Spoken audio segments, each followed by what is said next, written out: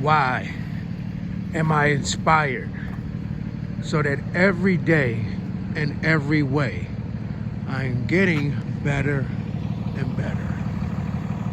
Hey, good friends, we are up to the letter J in our ongoing conversation about the ABCs of relationships. Nice frigid morning here in upstate New York.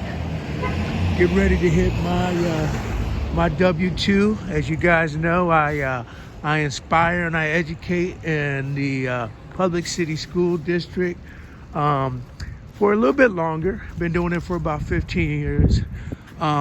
Pretty good at what I do, and which allows me to kind of see adults and helping them move from one level to another level. Maybe in a different context, because I've done it for so long working with young people. So, in the context of our conversation today, Jay, we're going to talk about the job description of a good relationship. The job description of a good relationship. And so, as to not exclude anyone, because there's a multitude of relationships, I'm going to do my best to, give you some very broad strokes that check a lot of boxes at the same time. So let's dive into it. As we know, there's a distinction between being a father and a daddy. There's a distinction between being a mom or a mother and a mom. There's a distinction between being an associate and also a friend. Those distinctions, if they're not obvious, has to do with the level of energy and the level of time and the level of intimacy, which is a function of energy and time, that you invest into that said relationship. So let's think about this investment. Let's think about this intimacy. I think there's a misconception, and I want to clarify this. Your goal in a relationship is not to make the other person happy. It's not to make the other person fulfilled. Your ultimate goal in a relationship is to make the other person better. You want to help them elevate from one space to another space. And sometimes that can rarely be accomplished if all you're trying to do is put a smile on their face and tickle their ears with good news. Sometimes people need bad news. People need to hear things that will, allow them to get out of the rut. My wife, I love her to death. I think with respect to my weight challenges, she went along to get along. But there was times, especially towards the very end, when I was at rock bottom, where she just said, no, you got to stop the late night eating. No, you got to stop I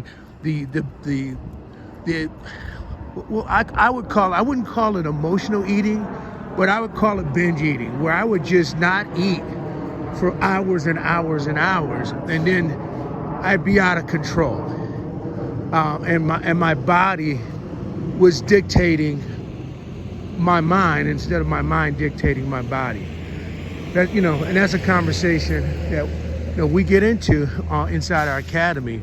How we override, how we overcome being ourselves, because very often, 95% of the time, we are on autopilot, meaning our mind is not running the show, our body is running the show. So, and as an interesting conversation, and maybe we'll have it at some point, for context of relationships, when my wife put down her foot and she said, no, McCray, there's too many family members that you're losing for you to think that this is a game that you're going to win if you don't take some massive action and you don't take it now. Love my wife. Kudos to you, baby. You are the example of a relationship that is providing me with that energy. So let me try to capitalize this as a bit of a summary. In a relationship, you want to embrace this thought here. I want you to consider the last time you were truly inspired. Maybe you watched a movie. Maybe you read a book. Maybe you saw a piece of artwork. Maybe you went to a performance. I don't know.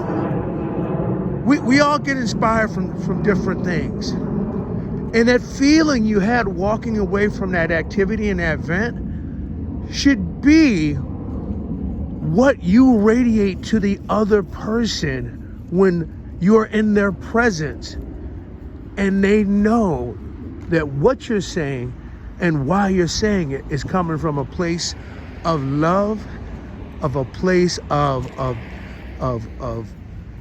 understanding, and a place for a betterment. If you can have those types of relationships, you have hit the mark with respect to your job description. All right? Again, we want to pour into our kids. Yes, we want to pour into our soulmate. Absolutely. We want to pour into our best friend. But not at the expense of losing ourselves. And a lot of times, if our energy is on a low level, we can't pour into anybody. So part and parcel of you hitting the mark is your role in a relationship is making sure that you handle yourself.